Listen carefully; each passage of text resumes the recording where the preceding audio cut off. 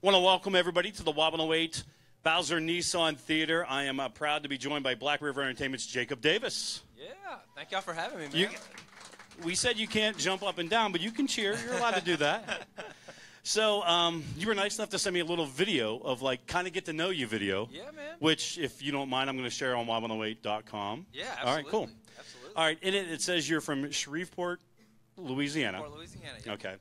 And obviously, for Steeler fans, we know that's where Terry Bradshaw's from. It is. My dad actually went to the same high school as Terry Bradshaw. Uh-oh. And Mom both, yeah. Now, did he beat him out, too? Did your dad beat him out for quarterback like the guy from Duck Dynasty?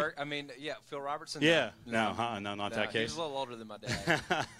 And then you go from there and you go to LSU, so you're all about the football, I assume. Yeah, man.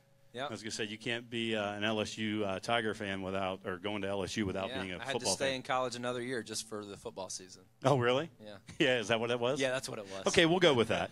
All right. Environmental science. Yeah, man. What does that, I'm sorry, what's that mean? So it's basically just my concentration was geology. Okay. And I knew I was going to go work in the oil field. Okay. Because oil and gas production was big where I'm from. Mm-hmm. So, I started out in engineering, and I couldn't pass my physics. So I was like, all right, I went to my counselor, and I was like, what's the next thing? And he just looked at me and goes, you're not an engineer. Okay. So, and he left it at that. So I left it, and I was like, well, I guess I'll figure it out. Yeah. And so you said you knew you were going to work in the oil and gas field, and you ended up working on an oil rig. I did. Yeah. Now, is this one, like, out in the ocean? No, it was inshore. Oh, yeah, okay. Yeah, so it was on land.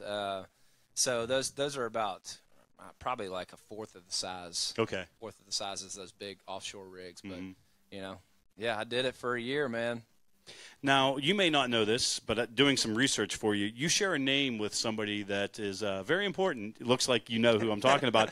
The inventor of the modern blue jeans. Yeah, man. The guy that started Levi's. Yeah, well, he worked with Levi. Yeah, the guy, Jacob Davis. Yeah, he was a tailor out in San Francisco. And was somebody, you did do your research. Hey, come on now. I trust me, it's hard to make myself look smart, so I have to do as much research as I can.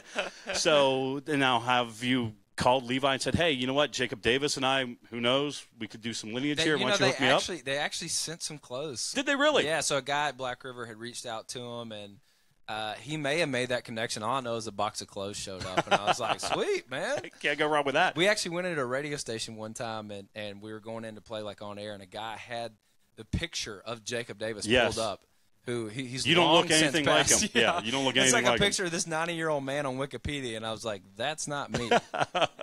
So it was pretty funny. All right, so let's say you're on the bus, you're driving around. This movie comes up on television. It's going to stop you in your tracks. I don't care what you're doing. You're going to watch this movie. What is it? Dumb and Dumber. Really? Yeah. Okay. Yeah. All right, I'm not going to argue with that one. Yeah, Dumb and Dumber. I'm not going to change the channel. But it has to be the original. Oh, yeah. Not that remake Not thing. Dumb and Dumber 2 or Dumber and Dumber or whatever it was. No, I actually never even saw it, man. Yeah, me neither. I wouldn't go that route. If it ain't broke, don't fix it, man. Number 1 was a classic. All right, so let's go 20 years down the line. You are now the world-famous Jacob Davis. You overtaken the Levi guy. All right, so who's going to play you in a movie? Oh, who would you like to see play you in a movie? You know, I like rom-coms. Okay. I'll admit that. So McConaughey. Wow. All right. So you just want to be – you're just like way too cool. Is that what you're saying now? Well, why would I not say that? What am I going to say? Jim Carrey? Well, Jeff your Daniels? Favorite. Hey, why not? One of them. I mean, there's something to be said about being funny. Yeah, I know it. That's right. That's right. All right. So give me something I can't find out about you on Wikipedia.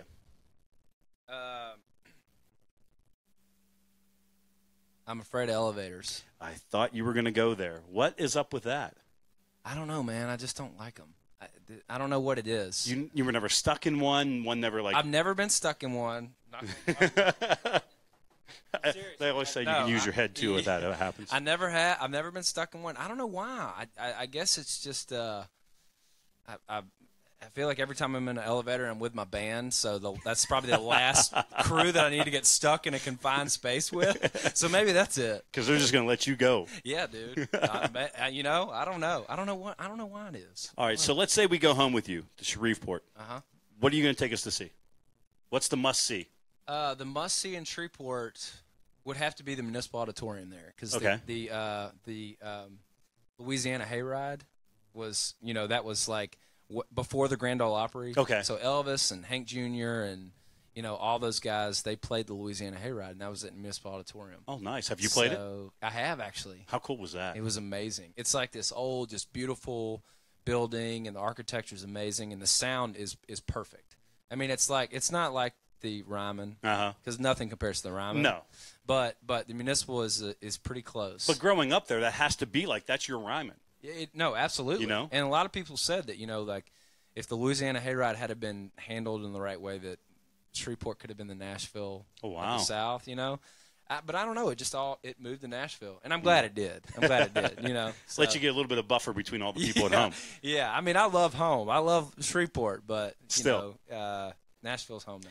All right, so obviously music takes up a lot of your life. It does. But you still need time to get away, or else you're going to lose your mind. What's that thing that you turn to when you want to get away from music for a little bit? Man, I love to golf.